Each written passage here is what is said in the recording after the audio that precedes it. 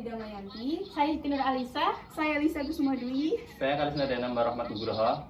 Kami dari Planologi 2022. Di sini kami akan menjelaskan tentang pencemaran air di daerah Gunung Indah. Mau tahu kelanjutannya? Mari simak video berikut ini. Kondisi kali di Jil, Kali Tenggang.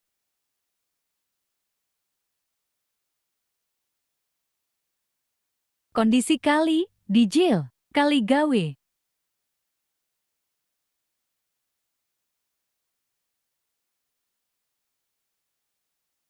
Pengertian pencemaran air adalah suatu perubahan keadaan di suatu tempat penampungan air seperti danau, sungai, lautan, dan air tanah akibat aktivitas manusia. Menurut PP nomor 20 tahun 1990, pencemaran air adalah masuknya atau dimasukkannya makhluk hidup, zat, energi, dan atau komponen lain ke dalam air oleh kegiatan manusia sehingga kualitas dari air tersebut turun hingga batas tertentu yang menyebabkan air tidak berguna lagi sesuai dengan peruntukannya. Sumber pencemaran air dikategorikan menjadi dua jenis, yaitu yang pertama sumber langsung adalah sumber pencemaran yang secara langsung melepaskan limbah dan produk sampingan berbahaya ke sumber air terdekat tanpa pengolahan. Contoh, limbah pabrik, fasilitas pengelolaan limbah, kilang, dan lain-lain. Yang kedua, sumber tidak langsung. Sumber tidak langsung yaitu polutan atau bahan pencemar yang masuk ke badan air melalui air tanah, atau atmosfer seperti hujan asam. Badan air dapat tercemar oleh berbagai macam zat, termasuk mikroorganisme patogen, limbah organik yang dapat membusuk, nutrisi tanaman,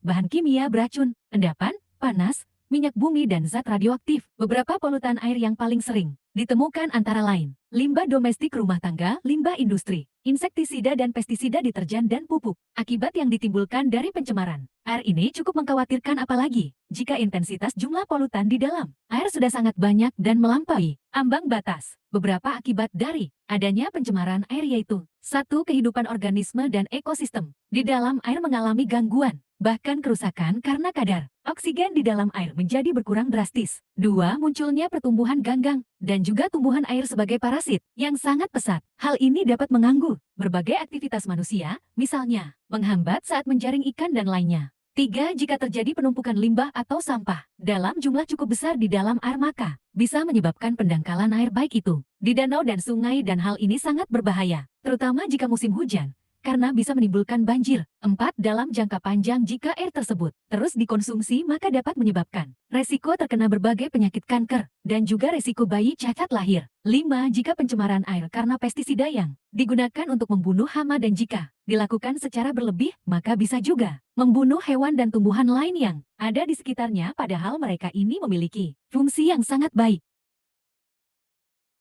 Sebelumnya Bu, saya Elisa Kusuma Dwi dari Teknik Unisura Angkatan 2022. Ibu orang ini siapa?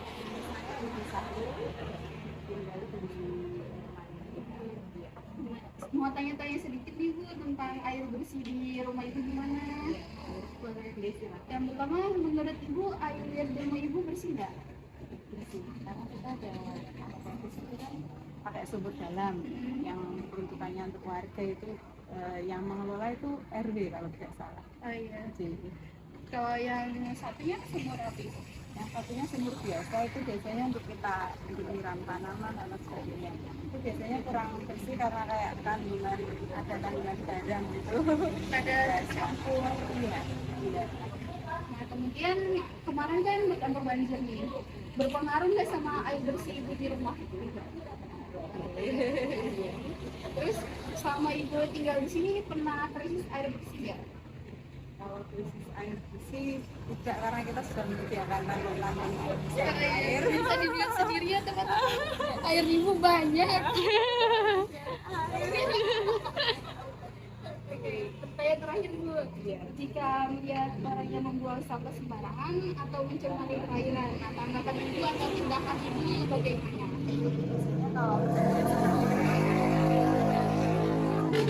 orangnya ekspresif kan, seperti bapaknya. Bapak kan biasanya, ya kalau saya langsung, Mas kalau bisa jangan dibuang di situ, gitu aja sih, negur aja biasa. Tapi kalau nggak diterima ya silakan. Yang penting kita ada tindakan aktif. Terima kasih tadi. Terima kasih banyak ya. Sama-sama Mbak. Kenalin Mbak, aku Alisa dari Bangka Belitung Islam 2022. Kalau boleh tahu Mbaknya namanya siapa? Nama saya Sally Angelina.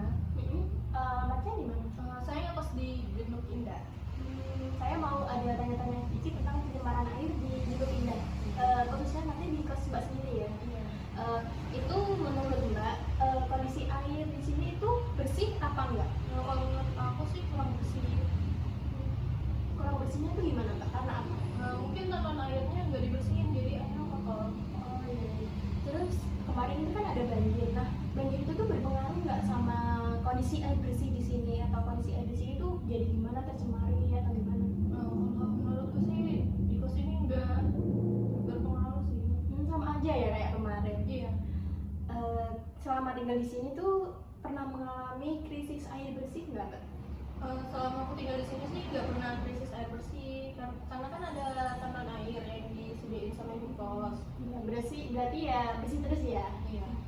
Terus kalau Mbak itu ngelihat orang lain membuang sampah sembarangan atau buang sampah kayak di perairan gitu kan, itu kan mengotori ya Mbak, mengotori lingkungan, mengotori perairan. Itu tindakan Mbak yang Mbak lakukan itu apa?